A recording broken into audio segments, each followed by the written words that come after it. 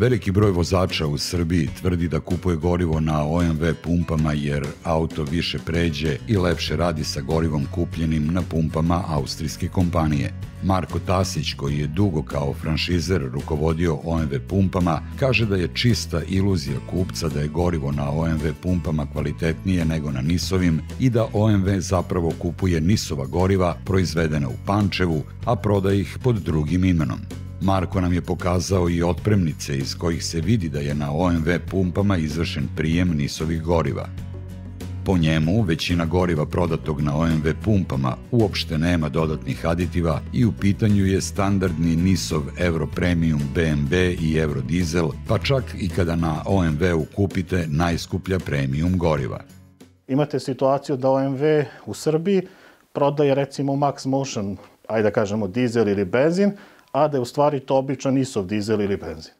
Napravili su takav marketinški trik da su tamo naveli neke aditivi, neka silna čuda kojih zapravo nema, već, ajde da kažem, vi sipate običan dizel i to je to. Ili običan benzin. Međutim, kada odete na OMV pumpu po nazivima goriva, nikada ne biste rekli da su u pitanju NIS-ova goriva. Čak se i standardno gorivo ne zove Euro Premium BMB ili Eurodizel, već se prodaje kao OMV dizel, odnosno OMV gasolin. Ako je verovati sajtu OMV-a, i ovo najjeftinije gorivo donosi korist vozačima. Zahvaljujući svom sastavu, ovo gorivo obezbeđuje optimalniju snagu i stabilniji rad motora. OMV tvrdi i da su OMV dizel goriva proizvedena i testirana u skladu sa visokim standardima OMV kvaliteta. Zbog ove tvrdnje pitali smo OMV u čemu se razlikuje standardno najjeftinije gorivo na vašim i na NIS-ovim pumpama.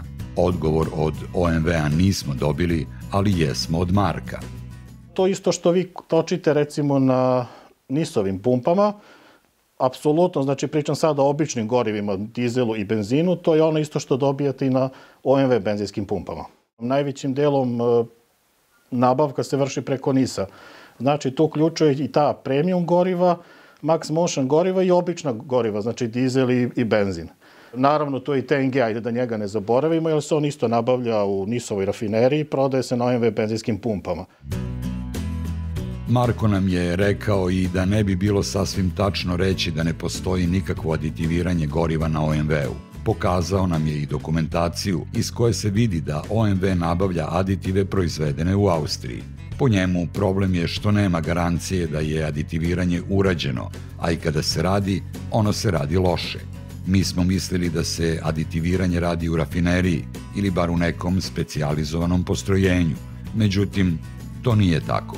Što se tiče samog aditiviranja goriva, procedura je sledeća. NIS, odnosno zapravo OMV-ov vozač odlazi na NIS-ovu instalaciju rafinerije nafte Pančevo i tamo toči gorivo, ajde da kažem, na puni cisternu. Meni vozač dovozi određenu količinu običnog eurodizela i u odnosu na srazmeru koja je propisana, on bi trebao da mi istoči određenu količinu aditiva. S tim što ja nemam mogućnosti da proverim da li je taj aditiv zapravo istočen ili nije, pošto je to jedan zatvoreni sud. Iz priča vozača i samog iskustva, vozači imaju strah od, da kažemo, manipulacije s aditivom, zato što je aditiv izrazito kancerogen, izrazito opasan i samim tim vozači se ustručavaju da taj aditiv uopšte sipaju, odnosno da uopšte sipaju goriva, jer prosto dolazi do povreda, dolazi do pekotina i dolazi do raznih neprijatnih situacija. Predložili smo OMV-u da nam pokažu kako se vrši aditiviranje goriva, kao i da pokažu da radnici koji to rade imaju adekvatnu zaštitnu opremu. Naš predlog je odbijen. Pitanje je da li vozači mogu adekvatno i bezbedno da izmešaju aditive sa gorivom tako da se dobije ujednačen rezultat, a takođe i da li su vozači uopšte adekvatno obučeni za aditiviranje goriva. Da nešto nije baš kako treba pokazuje i analiza goriva koju je uradio Jugoinspekt na osnovu zahteva Informerovog zaštitnika potrošača. Analizirano je i na kojoj temperaturi dizel mrzne. Stručnije se ova osobina dizela naziva filtrabilnost. Vozačima je poznato da se OMV već više zima unazad reklamira da OMV-ov Max Motion dizel ne mrzne ni do minus 38. Analiza je pokazala da mrzne na minus 32, a NIS-ov običan eurodizel mrzne na minus 30. Ako OMV zaista aditivira dizel i reklamira ga da mrzne tek na minus 38, pitanje je zašto onda po Jugoinspektovoj analizi gorivo mrzne gotovo na istoj temperaturi kao i NIS-ov običan dizel. Marko kaže da je ovo logičan rezultat kada se zna kako se letnji dizel meša sa navodno zimskim, čija isporuka počinje tokom novembra. Na pumpu dolazi opet vozač koji dovozi običan eurodizel. Ja sam dužan da obustavim prodaju goriva, da u tank gde se već nalazi običan Max Motion dizel dospem ili kako da kažem, da mi tu izvrši isporuku zimskog Max Motion dizela i tako pomešan taj dizel mi prodajemo odjednom kao zimski dizel koji odjednom ne mrzne do minus 38. Markovo obrazloženje može da objasni recimo zašto tokom novembra OMV Max Motion dizel mrzne na otprilike istoj temperaturi kao i NIS-ov običan dizel. Međutim, Jugoinspekt je uzrokovao gorivo 27. decembra. Do tada, u tankovima OMV-ovih pumpi trebalo bi da bude čist zimski Max Motion dizel. U zaštiti potrošača ne preporučuju vozačima da kupuju premium goriva. Postoji više razloga zašto smatramo da je kupovina premium goriva na našim pumpama čisto bacanje novca. Prvo, analiza goriva uzetog na OMV pumpi, koje je sproveo Jugoinspekt, ukazuje na to da aditiviranje goriva u okviru OMV mreže ne funkcioniše, baš najbolje ne funkcioniše na onaj način kako to OMV voli da predstavlja.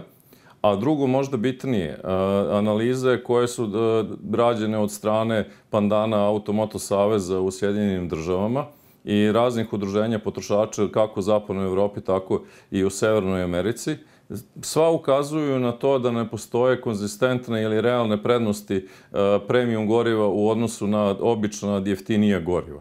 Tako da je i njihov zaključak pandana Automoto saveza u Sjedinjenim državama takođe da ne treba bacati novac na kupovinu premium goriva. Američka automobilska asocijacija je sprovela istraživanje sa ciljem da utvrdi da li, ako se koriste premium goriva, motor daje više snage, troši manje goriva, manje zagađuje životnu okolinu. Odgovor na sva pitanja je da nije primećena konzistentna razlika između premium i običnih goriva. Nakon testiranja, ova američka asocijacija je saopštila da Amerikanci bespotrebno bacaju više milijardi dolara svake godine kupujući premium goriva. Slične rezultate su pokazale i druge studije. Zbog toga, a i nedostatka transparentnosti na strani OMV-a, mi smatramo da ne treba da kupujete premium goriva. Takođe, ne treba da vodite računa ni da li standardna goriva kupujete na NIS-ovim ili OMV pumpama, jer izgleda da se i na jednim i na drugim pumpama prodaje NIS-ovo gorivo. Marko je, pored problema kvaliteta goriva na račun OMV-a, izneo i niz drugih optužbi. Pričao nam je o varanju kupaca u vezi sa svežinom i kvalitetom hrane, pokazao nam je izjave o seksualnom zlostavljanju radnika, tvrdi da OMV redovno podmićuje državne službenike na svim nivoima, pa i da na crno izdvaja novac kako bi finansirao rad stranaka, pa čak i stvaranje političkih afera. Kako sve ove pomenute teme nisu u domenu potrošačkog savjetnika, njima se nećemo baviti u ovom prilogu.